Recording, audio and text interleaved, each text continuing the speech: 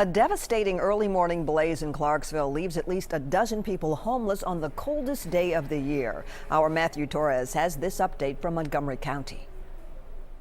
The fire started here at the Avalon Park Apartments just before 6 o'clock this morning. Now, firefighters tell us everyone inside the building managed to get out without major injuries. We know 2 people have sustained minor smoke inhalation, 1 with a back injury, but again, all have been accounted for. We know that 7 units have been destroyed because of this fire, and that 7 families are now homeless because of it. We know American Red Cross is assisting them this morning after this broke out and gutted out the entire roof as well as spread throughout the entire building. It was a pretty dramatic scene, though, from talking to the firefighters.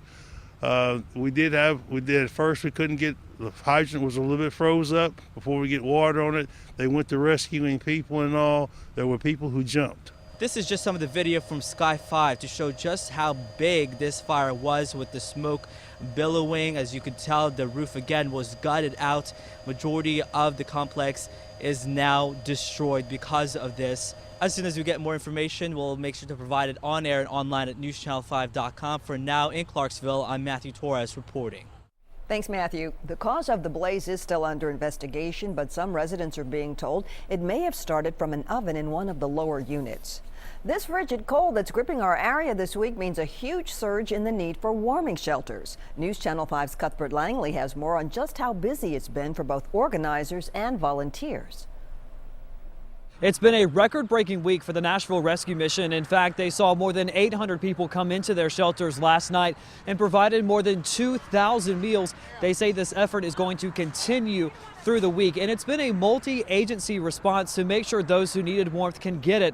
Both the Nashville Fire Department as well as Metro Police have been out in full force throughout the night, checking on what they're calling hot spots, areas where there are people who often need the warmth but don't want it. They've been having cold patrols sent out, bringing those people here to the shelters, and even an emergency shelter like the one you see right here at the Tennessee Fairgrounds has been set up. That can accommodate more than 250 people.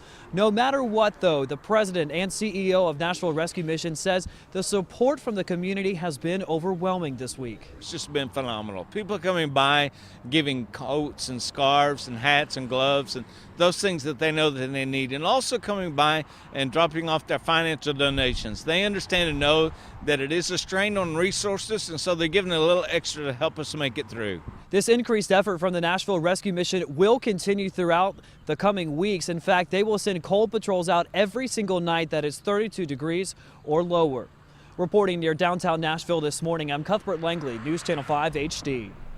With so many people staying home and cranking up the heat, there's a serious strain on power companies. Nashville Electric Service is asking customers to avoid using non-essential appliances during peak hours today and tomorrow. That's between 5 and 9 in the mornings and 4:30 and 9:30 at night. If you're an NES customer and you lose power, call 615-234-0000 to report an outage. Again, that number is 234-0000.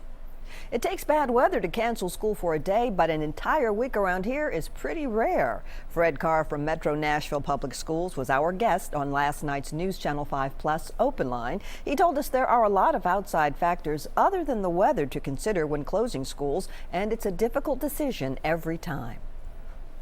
Closing schools has such an impact on not just the families of kids in schools, but the whole economy of the town, because people have to stay home and take care of their kids. It's unplanned. Carr says timing can be the hardest thing to predict since weather can often strike as buses are about to begin their routes. And we've been hearing from tons of viewers wondering what that booming sound is, mostly at night. I'm here to tell you, you're not imagining things. What we are experiencing the past couple of super cold days is something called a cryoseismic boom. In other words, an ice or frost quake. As all the snow slowly melts, a little of the water drains into the ground. But then the temperatures drop again and the water refreezes deep down into the soil and rock. That ice expands, creating stress until all that pressure releases by exploding through cracks in the surface. The larger ones can sometimes be mistaken for small earthquakes or gunshots. Some folks said they even thought a tree had fallen under their homes with all the noise and the shaking. Thankfully, I haven't heard that because I'm sure that would scare me to death.